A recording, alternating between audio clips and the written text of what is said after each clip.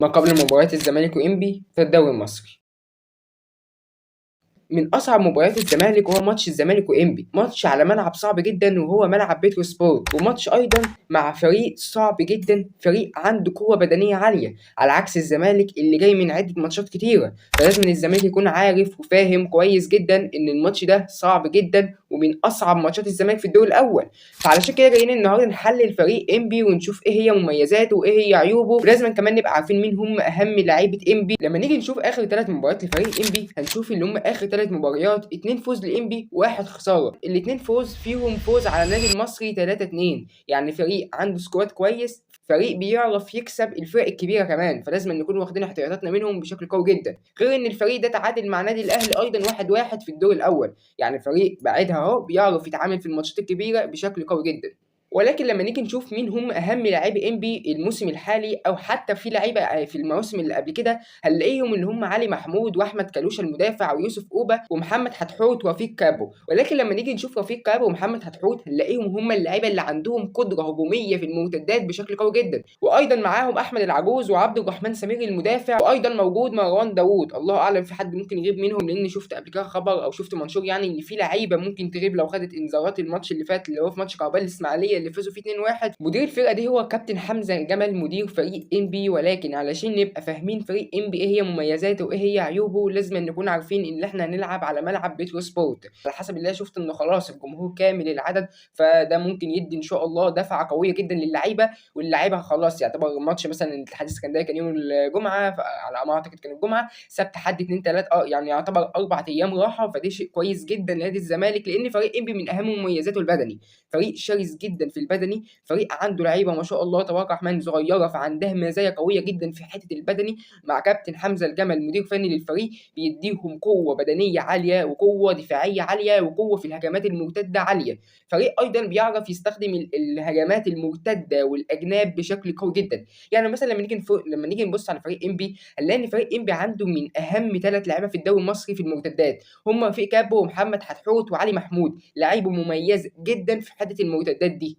وايضا طبعا موجود مودي ناصر لو هو لسه موجود، وبعتذر جدا ان انا نسيت اللاعب مودي ناصر اللاعب اللي بيلعب في خط الوسط في نادي انبي. عشان تكون عارف فريق انبي فريق قوي جدا في الالتحامات، فريق عنده قوه بدنيه عاليه وعنده لعيبه شباب مع كابتن حمزه الجمل عامل لهم فريق جامد جدا جدا في حته البدني والدفاع والهجمات المرتده. فريق انبي تقدر تضغط عليه في حته بناء اللعب، يعني لما يجي فريق انبي يبني لعب لازم تضغط بشكل قوي جدا على فريق انبي، ويكون عندك زياده عدديه داخل منطقه الجزاء وخارجها علشان يكون عندك اكتر من خيار، اللي انت لما تقطع الكوره من فريق انبي يبقى عندك لعيبه قادره انها تسجل الاهداف ولعيبه داخل منطقه الجزاء. يعني مثلا ما تروحش تضغط بخوان بزيغا ولو لاعب عدي الدباغ وتسيب ناصر منسي لوحده، لا لازم يكون مع ناصر منسي لاعب او 2 كمان من خط الوسط، سواء بقى بينتهج لو هو اللاعب باك شمال يتقدم للامام، سواء اي لاعب لازم يتقدم على الاقل واحد مع ناصر منسي اول لما الزمالك يقطع الكوره، لان لما انت هتقطع الكوره هيبقى في مساحات لفريق انبي. غير كمان اللي ممكن والله اعلم فريق انبي ينزل ان هو عاوز يكسب الماتش، لان اي تعادل لفريق انبي يعني فريق انبي خلاص مش في ال7 المراكز المؤهلين للدوري او للمؤهلين يعني للكونفدراليه والافريقيا وهكذا.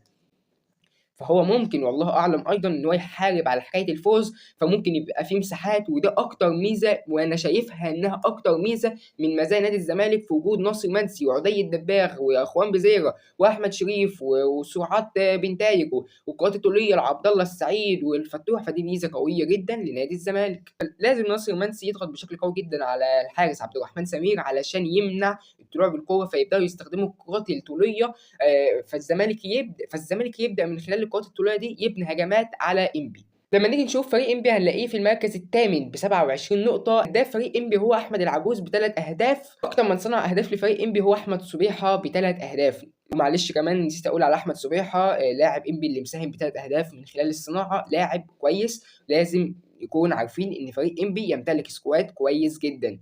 فريق انبي زي ما انا قلت لك مش فريق سهل، وفريق الزمالك فريق عنده فنيات عاليه وفريق عنده قوه بدنيه كويسه في الماتشات الاخيره وعنده قراءه الخصم قويه جدا. طب ايه هي التشكيله المثاليه لدى نادي الزمالك، ومين هم اللاعيبه اللي لو بداوا في تشكيله انبي لازم الزمالك يحط عينيه عليهم بشكل قوي جدا؟ تشكيلة الزمالك الأفضل من وجهة نظري الشخصية، مش توقع، لأ دي تشكيلة الأفضل من وجهة نظري الشخصية. المهدي سليمان في حراسة المرمى، باك يمين محمد إبراهيم، باك شمال محمود بن تايج، في خط الدفاع حسام عبد المجيد، محمد إسماعيل. هلعب في خط الوسط بتلاتة وهم محمد السيد، أحمد ربيع، هريح عبد الله السعيد. وإن شاء الله يكون الزمالك كسبان في الشوط الأول فينزل في الشوط التاني يسيطر على أرضية الملعب. هلعب في صناعة الألعاب بآدم كايد. هلعب في خط الأمام بتلاتة وهم عدي الدباغ، ناصر منسي، وإخوان بزيرة. ولو عمرو ناصر جاهز ينزل كبديل، لو محمود جهاد جاهز ينزل أيضا كبديل. أنا شايف إن دي التشكيلة الأفضل لدى نادي الزمالك، وأحمد شريف أيضا لاعب كويس إن شاء الله لو نزل كبديل. طب مين هم اللعيبه اللي لازم من الزمالك وكابتن معتمد جمال والتشكيل الاداري بالكامل ولاعيبه الزمالك وجمهور الزمالك يكون حاطط عينيه عليهم بشكل قوي جدا؟ اللعيبه هم علي محمود، احمد العجوز، سبيحه، وايضا كلوشه في الكرات الرأسيه، وسرعه الثنائي رفيق كابو ومحمد حتحوت.